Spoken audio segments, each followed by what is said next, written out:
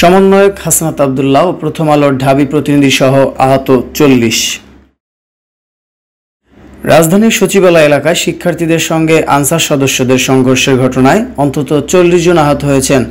তাদের মধ্যে বৈষম্য বিরোধী ছাত্র আন্দোলনের অন্যতম সমন্বয়ক হাসনাত আব্দুল্লাহ এবং প্রথম আলোর ঢাকা বিশ্ববিদ্যালয় প্রতিনিধি আসিফ হাওলাদার রয়েছেন। আসিফ হাওলাদার পেশাগত দায়িত্ব পালনের জন্য এ সময় সেখানে অবস্থান করছিলেন। রোববার রাতে সংঘর্ষে আহত হয় অন্তত 40 জন। ঢাকা মেডিকেল কলেজ হাসপাতালে আসেন বলে মেডিকেলের পুলিশ ফাঁড়ির পরিদর্শক বাচ্চু মিয়া জানিয়েছেন। হাসপাতাল সূত্র জানিয়েছে, শিক্ষার্থী, আনসার সদস্য সহ আহত ব্যক্তিদের চিকিৎসা দেওয়া হয়েছে।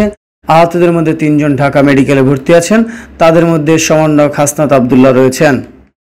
সচিবালয় এলাকায় রোববার রাত 9টার পর এই সংঘর্ষ হয়। এক পর্যায়ে রাত 9:45টার দিকে আনসার সদস্যরা পিছু হটেন। এ সময় শিক্ষার্থীরা সচিবালয়ের পাশে জাতীয় প্রেস ক্লাবের সামনে অবস্থান নেন। রাত 10:15টার দিকে ঘটনাস্থলে যায় সেনাবাহিনী। পরে আনসার সদস্যরা সচিবালয় এলাকা ছেড়ে যান। এ সময় অনেক আনসার সদস্য সচিবালয়ের ভেতরে ও বাইরে বিভিন্ন জায়গায় আটকা পড়েন। তারা শিক্ষার্থীদের প্রহরায় সচিবালয় এলাকা ছাড়েন। অন্যদিকে আহতদের ঢাকা মেডিকেল কলেজ হাসপাতালে নিয়ে যান শিক্ষার্থীরা। চাকরি জাতীয়করণের দাবিতে 2 দিন ধরে আন্দোলন করছেন আনসার সদস্যরা। তাদের দাবি, দীর্ঘদিন ধরে তারা বৈষম্যের শিকার। তাদের আশ্বাস দেওয়ার পরও চাকরি জাতীয়করণ করা হয়নি।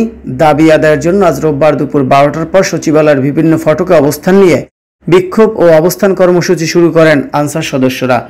তাদের অবস্থানের কারণে সচিবালয়ে কেউ ঢুকতে বা বের হতে পারছিলেন না।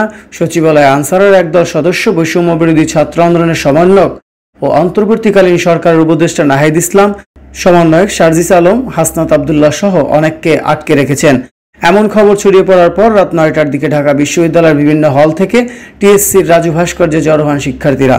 কিছুক্ষণ পর তারা মিছিল নিয়ে সচিবালয় এলাকায় যান। এরপর আনসার সদস্যদের সঙ্গে শিক্ষার্থীদের পাল্টাপাল্টি ধাওয়া ও সংঘর্ষ হয়।